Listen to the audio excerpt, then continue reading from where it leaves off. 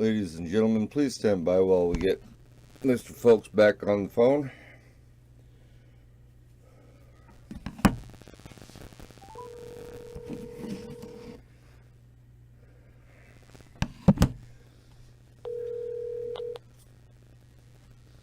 But I say the first person that retired in 2004. In the meantime, I served on the County Board of Education until it was dissolved. I was elected to it. I was elected to the University City Board of Education. I was elected the trustee for the St. Louis Community College Board. I did a Fulbright in India. Now, what is a Fulbright? What's a Fulbright? Yeah, it's a program under the government of the United States. They give scholarships for foreign study and exchanges. So I was given one to study in India. Wow. And so I did that in '82. And the year before that, I got a scholarship to go to Dartmouth to study there for once this summer of '82. So that was mainly I was with the, in '97, I was appointed by the governor of Senegal, the honorary consul. Senegal, the country of Senegal, be an honorary consul. Now, where's Senegal? West Africa. It's in West Africa. If you look at the bulge of Africa on the west side, that part that sticks out the furthest is Senegal. Okay. If most presidents, when they go to Africa, end up going to Senegal first. Why is that? Because it's the closest. It had the slave trade, and it's a peaceful country, and it's a good tourist attraction, and so there's a lot of reason to go there. And so we had a sister, and we started a sister city program with St. Louis, Senegal. They have a St. Louis. It's over 100 years older than St. Louis, Missouri. St. Louis, Senegal was the capital of all French West Africa. And St. Louis was the capital of all Upper Louisiana territory in the United States. And so Louisiana Purchase. Right, so we had a lot of things in common. Did a book. Also, Dr. Let me digress. What is the Sister City program? What is that? It's a program put together by Sister Cities International. Communities find cities that they have mutual friendships with, and they develop a relationship. Some of that is educational exchange, some is cultural exchange, some is business exchange, and so it varies on the relationships what you develop, and it goes on with a variety of tentacles. Students go abroad to study in these different sister cities. We have, I think, 11 sister cities. Wow. We have Nanjing, China, Georgetown, Guyana, and we have a bunch of sister cities. Stuttgart, Germany. But they all have sister city relationships. You have students who go back and forth. You have business people who go back and forth. And so it varies.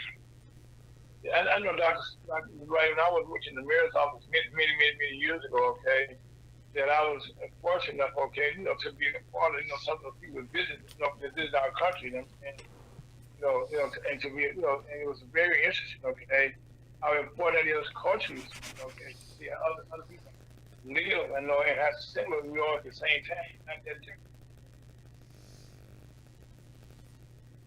Yeah, so that's pretty much it.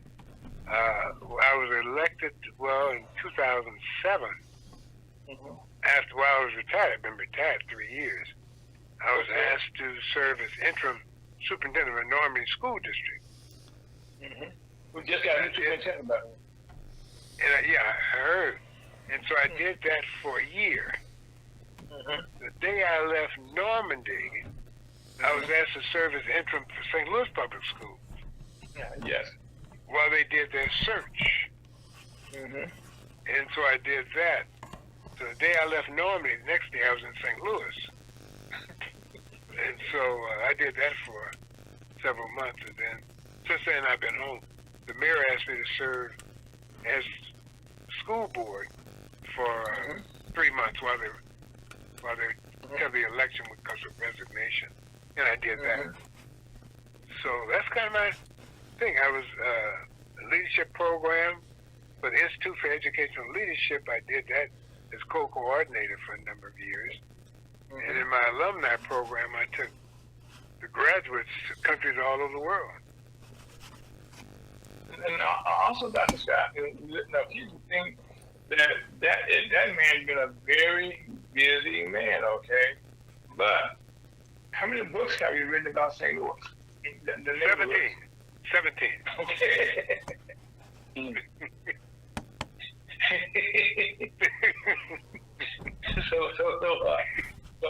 So actually, you know, and the books, okay. I can't say they're self-explanatory, but you can see the books that you write that they are at a level that anybody can comprehend what you're reading. That's how I'm about. You know, they're not automatically here. I don't understand that.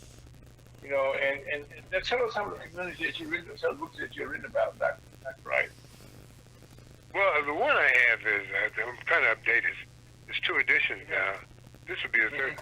Discovering African American St. Louis, a guide to historic sites. And it covers the whole St. Louis area, East St. Louis, goes all the way to Pacific, Missouri. And it talks about important sites in all these surrounding areas. So it's about 280 to 90 some in the book. And so I'm about ready to put about 100 more sites in. But Dr. Scott, you know, one of the things that's in that Team of Commerce, we were getting down in the city of Haytown, Missouri, you know, which is about 20 miles from St. Louis. And it's probably one of the poorest, probably the poorest city in the state of Missouri. And in that community, back in the 1960s, back years ago, I said, okay, they created the first Negro school district, you know, in the state of Missouri. And that was, you know, when they did it, okay, 300-something miles, okay, they were the only blacks, no, probably before that, okay, but you know, they started that a long time ago. And I worked with the Alumni Association down in Haytack, and I just was amazed, okay, that how black education, you know, has been sparsely all across the state. Why is that? Well, we were a slave state. It wasn't until we did the Constitution that the state said we had to be educated. Other than that, it was against the law. We passed a law in 1847 that it was illegal to teach us how to read and write. Say it again? A law was passed by the state in 1847 that it was illegal for us to be taught how to read and write. Oh my God. So, you know, it's a situation where if people learn how to read and write, they may want their freedom. Wow. And so you make sure people don't know their rights. And they were terrorized. In the early 1800s, we had a lynching where 3 men were lynched, hung. I think 4 of them were hung. Their heads were cut off and put in the drugstore window on display. Oh my God. Where was it at? It was downtown St. Louis. It's in one of my books, Discovering African American St. Louis. Wow. It's also in the book I just finished with my sons civil rights in St. Louis. It talks about that. We have a man who was burned alive. He drug out of jail, tied to a tree, and burned alive downtown St. Louis. Oh my God. There's a picture. There's a drawing of him being burned in the book. Oh my God. Wow. Wow. What year was that? Oh, you pushing me, brother. Let's see. I can tell you both of them. Let me see. I got one of my books in front of me. Let me get my book out in front of me here. No, I don't have that much time on earth, so I can't just take my time. I got to make all my minutes count now. Okay. I'm in the twilight. I hear you. Yes, sir. Yes, sir. 1836. The name was Francis McIntosh. He was drug out of his, and that's on page 12 of my book. So if you want to know more, you need to get the book. And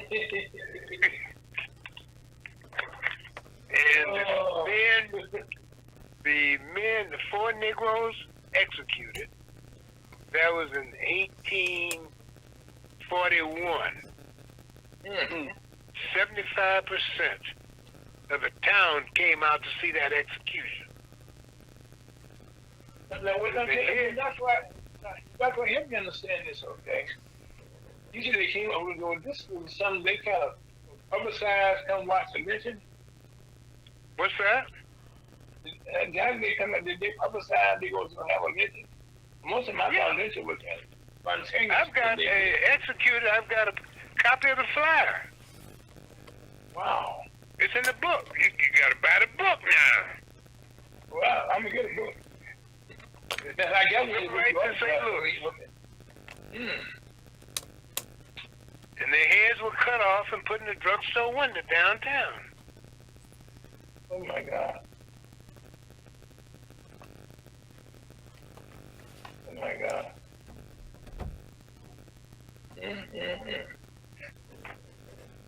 Jesus, okay. But go ahead, Doc. I'm digesting that, okay? Huh? I'm just digesting that. You know, that's deep.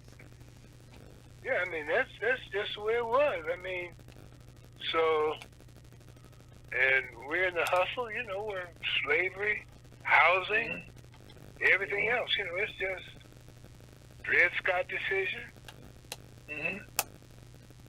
Okay. Tell us about the Dred Scott decision. How did that change things over the country?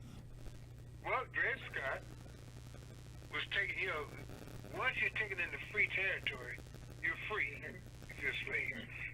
They had taken him to free territory, so he sued for his freedom, he and his wife. So he went to court. So while he was in court for years, you know, while you're in court, they let him work. He and his wife worked, and their money was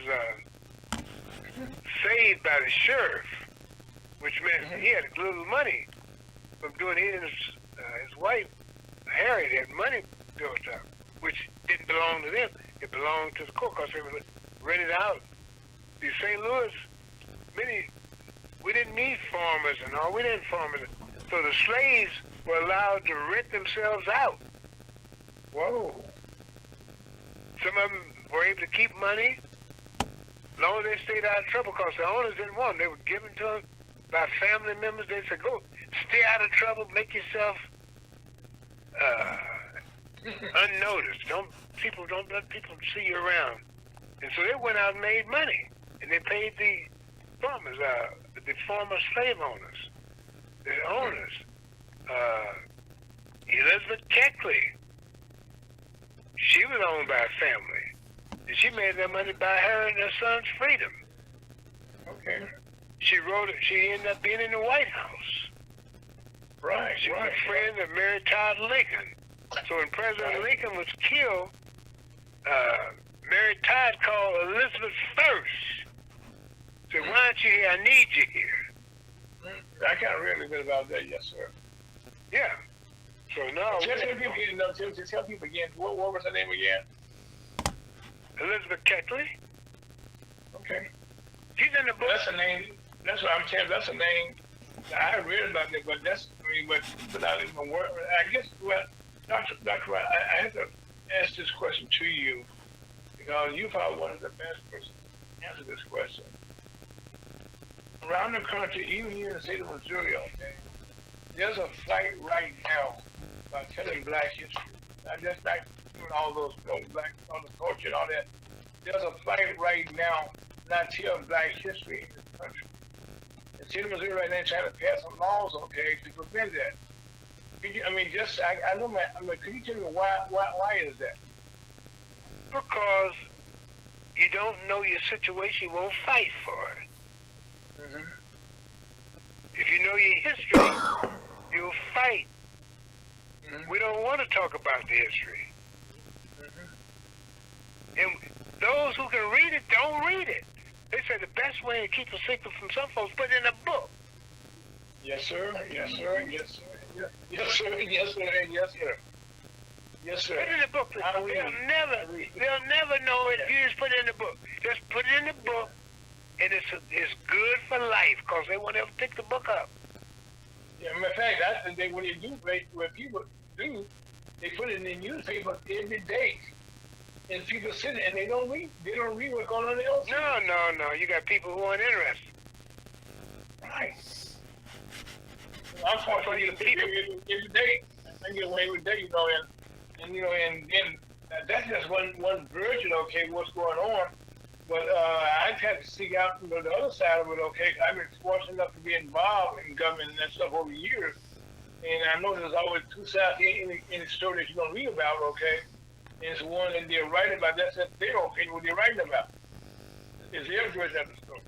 But you got to go beyond the newspaper. When I did the thing on Kenlock, I wrote a book on Kenlock. I got a friend of mine worked at the Post.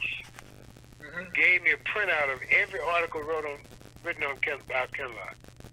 Wow. Out of that whole stack, there are only 3 positive articles. Oh, my God.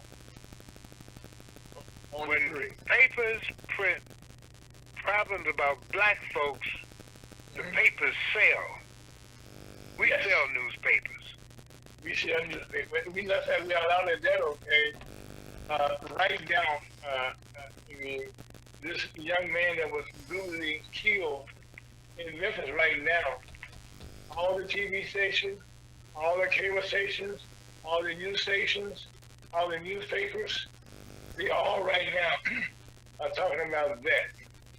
Right. Because and the fact they got black people doing it, they got black folks they can talk about. Right. If it was white, it wouldn't be talked about that much. No, but it's up to us to push. Yes. We want to be violent, but push. We do that by knowing our rights. Mm-hmm. Yeah. We have to do that. We can't sleep. Freedom is only when we learn how to bake. Freedom isn't free. Freedom isn't free. It's nothing but frosting on somebody else's cake. Mm-hmm. And it's not unless we learn how to bake. We just have to persist and vote. Mm-hmm. Oh, yes. And vote, yeah. We end up not voting, not caring, and we wonder why we're in the situation. We got to make a difference by being informed. And whites in trouble too. You can hustle whites. You can hustle whites. You can take anything away from whites as long as they think it's hurting black folks.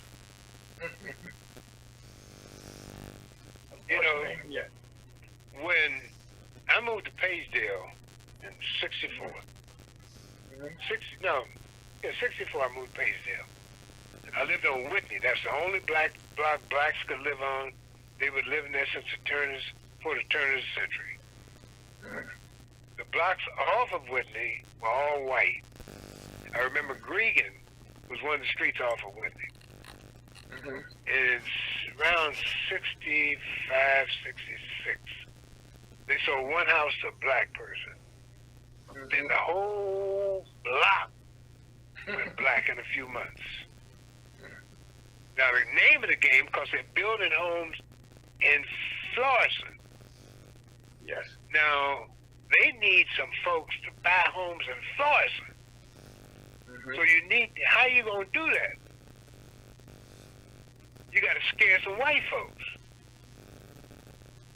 And how you do that, you tell blacks, because we've been stuck in the old, run-down neighborhood. We tell them, you know, we got a nice place for you to go, got grass, nice school system. Then you tell the white, you know, they're coming. You're coming, you know, your house is $15,000 this year, maybe next year, maybe 10. So you better get out of here. And I got a nice place out in the county where you can go. You don't have to worry about them. So the dealer, the real estate dealer, made them sell their home, move to further out, with a promise, and no black folks. Black folks, well, we'll put you in a nice neighborhood, grass, and nice home, brick house. We'll get you out here. And so that's the way it goes. Now, the game is playing out because right now, St. Louis is empty almost, you know. We're down to 325,000. Lots of vacant lots. St. Louis County is losing folks. White folks are going to St. Charles. And some of them leaving St. Charles to go to St. Peter's. Even they're going to Ocala. And so, those are rural areas. well, it was rural areas. It's getting good. It was. Well, they put the white folks out there. You know, Scott, you know what amazes me, okay? That, you know, that as you said, St. Louis is, well, right now, there's all type of construction going on in the city of St. Louis. Downtown St. Louis, Central West End St. Louis, and, I mean, lofts all over the place. And those people from those areas that went way out, okay, are coming back to St. Louis.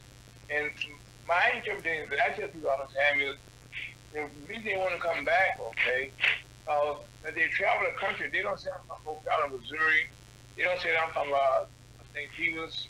They don't say I'm from St. Charles. They say I'm from St. Louis. And now in St. Louis, okay, people say, why? Well, the baseball team plays downtown. Football teams are playing downtown. Other people are playing downtown at the arena, so they have concerts. So, this museum, you know, is in St. Louis City. Charles to go out there. I go down the whole list, okay? And people want to get closer to those venues. You know, they're driving 2 or 3 hours to go back and forth to them right now. They want to come back to the city for those conveniences. Right now, the goal is to get immigrants. Because there's not enough, they don't count on white folks coming to fill that void. We had close to 100,000 people at one time in St. Louis. And so, there are not enough folks going to come back to fill that void.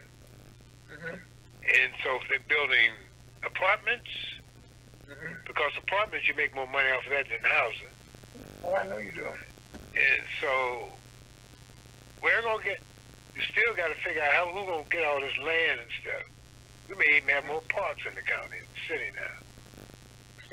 Yes. A golf course in the city. Because you can't fill all this space. Someone had talked before the government project, they were talking about making Pruitt-Igoe site a golf course. Yeah, I know they were. I know they were, you know.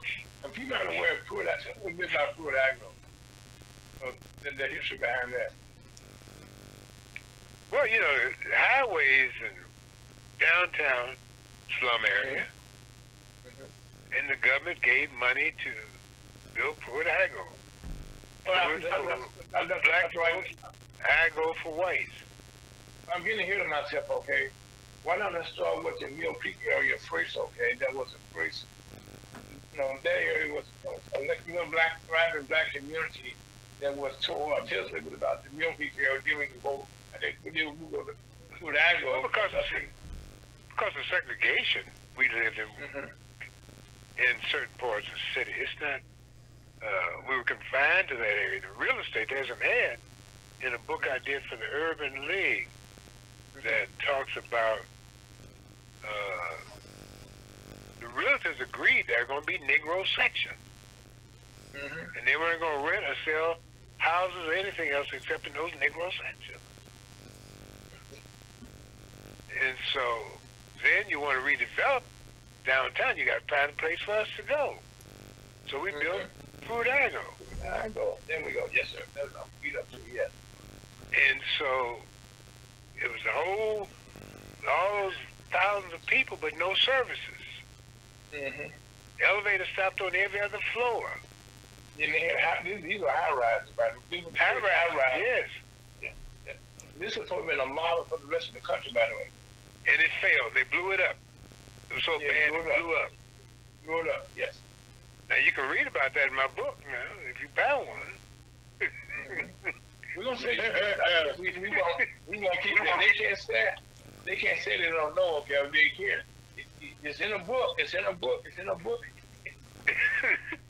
We gonna say it's in a book. Okay. Okay. But Dr. Wright, I guess the thing, okay, that that right now, okay, you're not aware, well, you and I are aware, but there's a book called oh my God, came out by a gentleman some years ago, and it escapes me right now. But he actually talked for the first time about a secret that no one will talk about. We don't talk about it even right now, but there was like an inner circle around St. Louis, okay, that they don't call it that because like the cities that are around St. Louis, the borders, okay, because in St. Louis, it was counted years ago. It's in the inner ring, like U City, what's that? Wellston. Paysdale, and all those, in that inner ring. Tell us about that, sir. Well, I don't know about the inner ring. I know U City fought back, and they didn't give in to realtors. And that's nationally. So Jewish communities, educated Jewish communities, succeed where others fail. And they fought back. Prices of value went down in the home. Now people who moved away can't afford to come back to your city. Yes. Oh my God, yeah. So Wellston, they're tearing it down, but they're building. But Wellston has high poverty, income, industry. All that thing we used to call Wellston, the Wellston Loop, most of that was in St. Louis. Yes, it was. Until you pass Holdeman, you didn't get to Wellston. That Wellston Loop was mostly St. Louis. Yeah, where the bus stop was. Yeah, that was right. That's when you begin to get to the county after you get to the bus stop. But it was all St. Louis. J.C. Penney was there, and a few other places. Cat's drugstore was big. Yeah. That's where the Loop thing was. Cat's drugstore. Yeah, so, but that's about it, my brother. I'm gonna have to get me some lunch here now. Okay, well, Dr. Wright, I just wanted to come on because I met you a couple of times, and every time I'm a person I love history myself. I just by the way, tell us a little bit about your family before you leave, okay? I know you don't mind. What can I tell you about what? A little about your family if you don't mind. Well, I have 3 sons. Okay. And they're married. They all live in St. Louis. Okay. I have 9 grandchildren. Congratulations. 2 of my sons have gotten their doctorate degrees. Congratulations. And son's retired. Can you believe that? I got a son who's retired. That's when you're blessed. That's when you're blessed. Oh man, I mean, I'm getting old. I mean, retired, you know. Getting better. So their kids have gone to college. One's in Washington D.C. making good money. Another one's waiting on the thing to go back to work on her doctorate in community health. Another, two others are. One of them waiting on her master. Two of them working on their masters. And so I've got one, got two, three. I got three, four working on their masters, and one getting working on a doctorate. Yeah. And so one son's married to an Ethiopian girl. One's married to a white girl. One's married to a young lady who's a doctor whose family is Creole. Okay. Well, I'm Creole myself. Yeah. So their family in Louisiana. Creole and Blackfoot. From the South. So, That's from the South. From the South. yeah. So according to my grandfather, said he's part Blackfoot, and my grandmother was Cherokee. Okay. Yep. So that's and black, you know. So that's how that goes. So And what about your beautiful wife?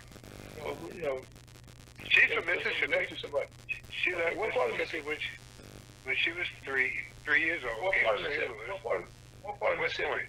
West Point. Okay. I know exactly. Yes. And she got her bachelor's. She graduated from Jewish Hospital. Went to WashU, got her bachelor's and master's. She had a chance to work on the doctor, but she said, "Send me work on mine." She didn't want to do it. So eventually, she went back and got another master's. Okay. So she's now settled. She's retired in '98. She's been retired since '98. Okay. So Well, Dr. Ryan, one thing I'm going to cap this off here. What is your, how old are you, sir? 83. 83. I'll be 84 in May. Amen. Congratulations.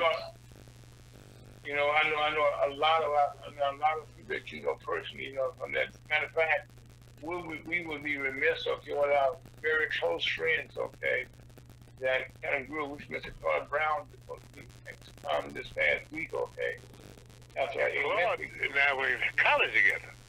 I know. We had an Olympic career, you know, teams in West I met him at, you know, one of my mentors, you know, and we kind of trained each other, okay. You know, but I ran this Swiss campaign, you know, ran a rep. And our headquarters got blown up back. Probably everybody was blown up in those days. Okay. You know, and so Claude was a man that, he was a behind the scenes man and very meek and very humble. Yeah, I remember Claude. Yeah, we were in college together. Yeah. A lot of my friends are gone now, man. He was in Harris at $20 a semester. Yeah. That $20 semester, okay, just, as a matter of fact, that was a way, well, you know something? That should have got a lot of people going to school. That built a large middle class black family grouping in St. Louis. And they came, a lot of them came from the field. Teachers college, that's right. You know, they came from the Teachers field. college. Yeah, $20 a semester. Before that, it was 15.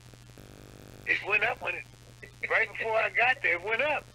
15, 20. Oh boy. No, I mean, so no. But that's what and I can tell you the people I went to school with, their kids went to college. Daniel Isom, with both his mother and father were at Harris. They're Harris graduates. His mother and father are Harris graduates. And Dan Isom he served as the interim of the secretary from the city of St. Louis, and he just got a job with when he vice president. Right, So yeah. His mother and father both were Harris graduates. Wow. block halfway over the maintenance department. His mother was a teacher. Well, that's why I know one thing is okay that you probably should write a book, okay, about the alumni of Harris College. Have you done that already? University. No, I haven't done anything with Harris. Haven't done anything with Harris. That's a gold mine. When we had the 50th anniversary of our class, most I knew where the black students were, but the white students had disappeared altogether into the woodwork. Wow. Because once we graduated, we all went our separate ways. The whites went to white schools, the blacks went to black schools. And once we finished, we never had contact with each other again. Wow. We were integrated in name only. We had our separate gatherings. Our fraternities and sororities were all segregated. And they were the social fabric that kept you together and kept you in school. But we were segregated all the way. Okay, that's right. So in school, okay, while you guys were in the building, okay, how was that? What, in the field? No. And you did Harris College in those days. The classrooms, were they segregated? Were they separated? No, they were integrated classes. Integrated, okay.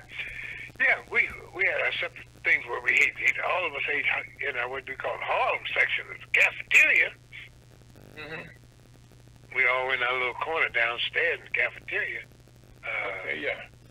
But everything was integrated except the students. We kind of separated.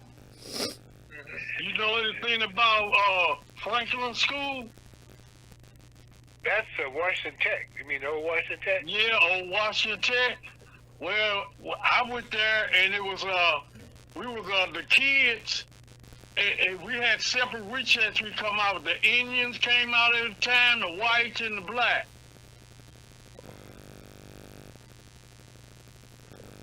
That's when I was going to school, and I'm 74. Okay. And so am I. I'm only you young 60. guys. Y'all young. Y'all young. Well, that's why we saying teachers. Folks, man. Get the book. There are a lot of books out there, man. There's a book called They Came Before Columbus. I tell folks to get that. By Ivan Van Sertima. He's a Guyanese writer. Guyanese, yeah.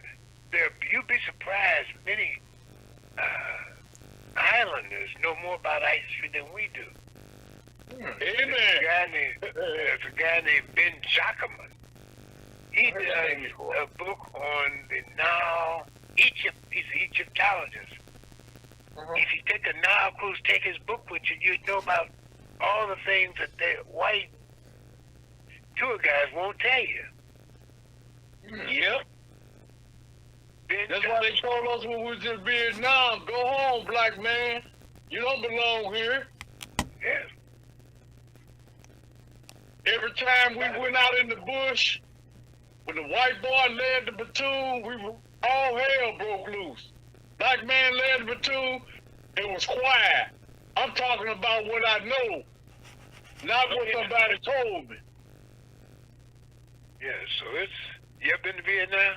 You've been there, haven't you? Yeah, I've been there. Yeah, I mean, I went there to visit. I went out in the field. I know what psychological warfare is. It's how it's played on us when we're there. So no, it's surprising they don't hate us. I mean, it's what we did to them. Wow. Yeah, brother. I want you to go get you some food, man. You know, I don't want to. Thank you for the time. Matter of fact, you will be back, okay? If you be so kind to come back again, teach us some more. So. Okay, what I'm going to get you guys to do is start buying some books and reading them. If you don't want to buy them, take them from the library. Go to the library, take them out and take them back. Get you some more. I got a library card too. Yeah, you don't have to burn. That's for poor folks too. You know, the library so poor folks can get educated. Yeah, right. That is there. And so you can know about these communities and know what's happening. But if you don't know, you fall victim. I spoke with a young man who's on the government body up in Blackjack. I said, you know how Blackjack got formed? No. Oh my God. Well, I was on the board that when Blackjack was created. Wow. We paid $25,000 an acre. It was unincorporated. It was the Blackjack Housing Corporation, Parkview Heights. The church was a sponsor. We paid $25,000 an acre for 11 acres up there, Jamestown and Parker Road. They incorporated to keep us out. Yeah. And But the court said you had to build those houses. The complex there was going to be all brick. It's brick and frame now because the money ran out. They told everybody we'd be in Pruitt I go out there. You better run. Keep them fighting. So they incorporated. They incorporated to keep us out. Right. He's on the board out there. Doesn't know how the city came about. That's beautiful. That's beautiful. I had to tell him, you know, you there because the folks out there didn't want us there. Well, go. Scott, you want to say something? No, I'm fine. Okay. Well, Dr. Wright, go get you some food.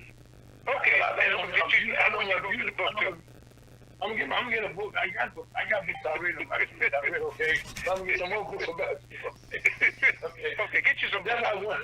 I'm gonna get you some more books, but that's right. I don't want I don't want to do my rights with you. He said, no, you kept me too long. I don't want you to say that and won't come back, but please come back and we'll be talking. You your beautiful wife, my blessings. I love. You take care of yourself in life. Okay, take care, my brother. Thank you, sir. Okay. Back. Oh boy, Rebel Lounge, Scott. That was a trip to history. Wow. But St. Louis in the state. And just what was amazing. Scott, let me tell you, what your thoughts about Dr. Wright? They talk about, especially about downtown St. Louis. He's very intelligent. I'd love to listen to some of his stories and get his book. Right, yeah. Get his books, okay. Matter of fact, he has different books about different neighborhoods. You know, he has some about the Meacham Park area where my wife grew up. What most things you will find, okay, that the interstate highways in St. Louis went through most of the black community, not just in the city of St. Louis. Like downtown St. Louis, where I mentioned the Mill Creek area with people, but that's where they built the stadium downtown right now, and what it is funny, but he alluded to it, but it's another book I got. There's one book called Black Labor White Book, but another book, written real recent book, that talked about St. Louis, and in St. Louis, you know, they tell the story, and also have maps about St. Louis. It's called Map in Decline. That's the name of the book. It's called Map in MAPPING Decline. A great book. Okay, and it tells you about in St. Louis City. We have an organization downtown called Community Development Association. CDA they call it. Now in the CDA they got LRA, LCRA, CIA, and they got all these different departments up under there. And so in the book it describes, you know, why they created those departments. He said they created, okay, to confuse people. It's in black and white. And guess what? That's what it does, okay? You try to work with the department, okay? And I will say one thing about current mayor Tashara Jones. For the first time in probably 50 more years, she's kind of reorganizing that department downtown. to make it do what it stands for. What it is to help developers, and help. Because I was developing my projects, I feel like they were working against me, okay?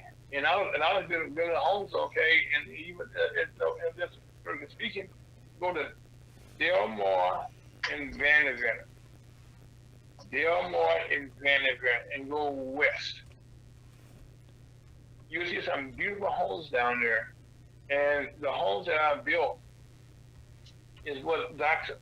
Wright was somewhat referring to. Those homes there are all on 150 feet lots. In San Luis City, Scott, you're a realtor, you can tell you this, that most lots in St. Louis are maybe 25, 30 feet. That's probably, a little bit over that. But each lot there, we built on 150 feet lot. These people actually have front yard and backyard. They all have garages. And those homes, Scott, as a real estate, my wife and my business partner, Mike Hudson, at the time, they were the realtors on the project. They sold out, okay, before they were built, just by word of mouth. I mean, people bought. I mean, that's how, and we had more people want to buy, but the city refused, okay, to give us the lots. No, sell them to us. We were paying for the lots. They didn't give them to us. We paid for them, and they took the price on a lot, and we were the one that created what they call now North Central West End. That was the name that I came up with, our project, okay? That's me and Mike were talking. That's all. That's West End North. Is that right? Right now, CEA. Is that right? Yeah, so Central West End North, okay, when you go down Delmar going west, you'll see on both sides, on the especially on the west side, south side of the street, those beautiful homes. We got one that we built for the Alderman Kennedy on Sarah in Washington, and we got I think 3 over there. No, 3 on that street. But on Delmar, primarily, you'll see houses that got nice, beautiful lawns, and when people drive down Delmar and they see come to that section, they see the Indian County someplace. I mean, cause it's just a beautiful area, and I'm proud to say that, okay. But people not aware that we built it, blacks built it, okay, and we didn't get any subsidies to help us build it at the time. No, matter of fact, our families at that time, paid almost well within $250,000 and $500,000, okay, to develop that, with the lawyers, Scott, a lot goes into building a house. Mm-hmm. Quite a bit goes into it, but now, but normally this time of the day, okay, on Saturdays, Chuck people will be coming into the program, but right now Chuck is in Orlando, Florida, working with the Black Business Alliance, which is now created by the National Congress and the National Business League, and they're working now with a lot of black cities from around the world down in Orlando, Florida, and I'm proud to say that our organization is growing tremendously. Not just in this country, but around the world. A lot of times you when Chuck comes on the air, I always say he's our global ambassador. Well, there he is. Okay. And so he tells us, okay, but where he's been. So I can assure you next week when he gets here, he have a lot to talk about. And normally I don't talk about my guests for next week, okay? But if whoever you are, we got a young man that's gonna blow your mind. If you ever bought something on credit, anything, you're gonna be surprised. I'm gonna tell you how this works out. I'm do a little trailer for it. Look at the Deuteronomy, the 15th chapter, and it tells you about debt cancellation. It's in the Bible. Deuteronomy, the 15th chapter, and it tell you about in 7 years that debt should be forgiven. Now, that's only way back in biblical times but they're still applied now, which you know, to with businesses and stuff, that they don't tell you about. So You know what Deuteronomy 15 is, Ira? Tell me, sir. It's talking about the Sabbath year. That's what it's talking about, the Sabbath. Mm-hmm. Oh, you're talking about the Sabbath. But this talking about the Sabbath year, which was a time of rest. But you got a Sabbath. You got the Sabbath that is between the Israelites and God. Mm-hmm. Well, I said that. I got a lesson on that too. Okay, well, that's excuse me. Come next Saturday, okay? We're gonna do a little, talk about a little bit about that, okay? And you know, so we got some good guests. I'll bring something out about the Sabbath, and the Sabbath don't have nothing to do with the church. Well, That's why people go to church on Saturday. Your Church of God in Christ, they use that to get their point over. They don't even know what they talking about. Look out! Rev, just like Dr. Wright just said, okay, there's a councilman in Black councilman in Blackjack that has no idea about the history of Blackjack. Yep. I probably know more in the council about Blackjack, okay? When Dr. Wright was saying that the initial plan for Puerto Rico was part two. Excuse me. The first part was built in the city, and the second part was going to be built in the same county. And they had a county, county Puerto Rico and a city Puerto Rico. And the word got out about that they were going to go to North County and build up there. That's when the people in that area, okay, came together for the first time and created some covenants and stuff that exists today, okay, that says you cannot get all these bumps up. And those are like high rises that Puerto Rico was they say it had to be blown up. But they spent over $30-some million. So, and when they built those, there was a way to serve black folks when they moved up from the Mill Creek area. When they built up, the baseball stadium right now, baseball park buildings and all that stuff over there now. Well, when they was building out, getting ready to build that stuff there, they had to put the black folks someplace. And so they moved them to the Puerto Rico area. And for the first time, we had blacks living in high rises, elevators, and like you said, the elevators most of the time were broke, so you had to carry your groceries up 3 or 4 semi-traffic steps. You had to walk up. You had to walk up. Smelly gay stairways, smelly urine, all kind of mess. All matter of fact, they had some floors they would have gang members and meeting in some places, okay. And I know this, okay, some of my family lives down there in Puerto Rico. So I'm not telling you secondhand information about how bad it was down there, you know what I mean? But also I read the book, A Map in Decline, that tells you why Puerto Rico was created and why it was destroyed and why there was no part two. And that's why they did some countries in the country we did it in, but it was a failure to put all those people in, just stacking on top of each other like sardines in one area. And you got a lot of that all over the world too. Yes, they do, but now they're doing it still, okay. They do it in moderation, okay. But here, they just did not maintain the elevators, and all of those stuff. It just was a big old mess. Yep, it was. A big old mess, and even saying a lot of people can tell you some stories, about the living down there, But like Dr. Wright said, put it in the book, and I had to read Dr. Wright on many occasions. He used to come out of my office at our TV station as a guest on many, many times, and God, that's why I was telling you this morning. Now he's educated, as you can see, people wanted his skills all around the world. He was like an internationally educated. You know what I mean? And I just would proud to say I know him, okay, and just listen to him. With this, teach you a whole lot. So now, right now, we got a couple seconds here. Since Rev, give me your Scott and Rev, give me you guys thoughts about about this Memphis. It's just a bad situation down in Memphis, and it shows how bad the police department has some bad apples.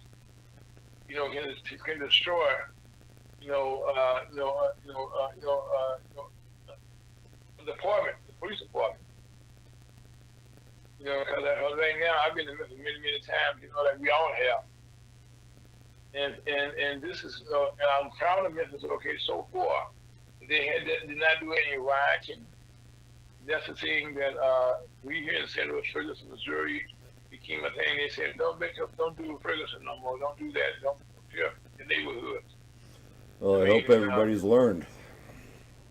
Right. Because West End doesn't make it. When your gas station where you buy gas at, your grocery store where you shop at, and now they're not too many black stores, grocery stores in the black community. So why tear them up? I mean, we don't have that many resources in our neighborhood. You're talking about food deserts, okay, but like here in St. Louis, in most of St. Louis, North County right now, it's like a desert. And as a matter of fact, here in St. Louis, we don't have like two real known grocery chains, and only one of them serves the city. I mean, so we have some serious issues here, that I brought up today, and this is the show. I just want to talk to people about everything is local. And this has been like a local show about St. Louis, on both sides of the river. Even in the Cool Valley, I mentioned the mayor out there who had promised, that he made these promises, but he had promised that he's going to give everybody out there, $1,000 Bitcoin. Yeah, Bitcoin. Well, understand. You don't give Bitcoin. I'm right. I can a little bit about Bitcoin, don't you? Yeah, well, the blockchain theory is that you have to have it in your wallet, and a lot of people can't use it. Whether you have the Bitcoin or not, if you can't use it, it's no good. Thank you, sir. So anyway, the city council out there just voted him out of office this past week, and then he did some other things besides that. One, they gave him a police car, a car to drive. He abused that also. And he also did for the city. A lot of people get in this position, they forget, they want to have that title. But we all know if you get a title, and work goes with that title. And people respect you to expect you to. You understand, when you become an elected official, you work for the people. People listen to what they tell you to do. That's how you get reelected and stuff.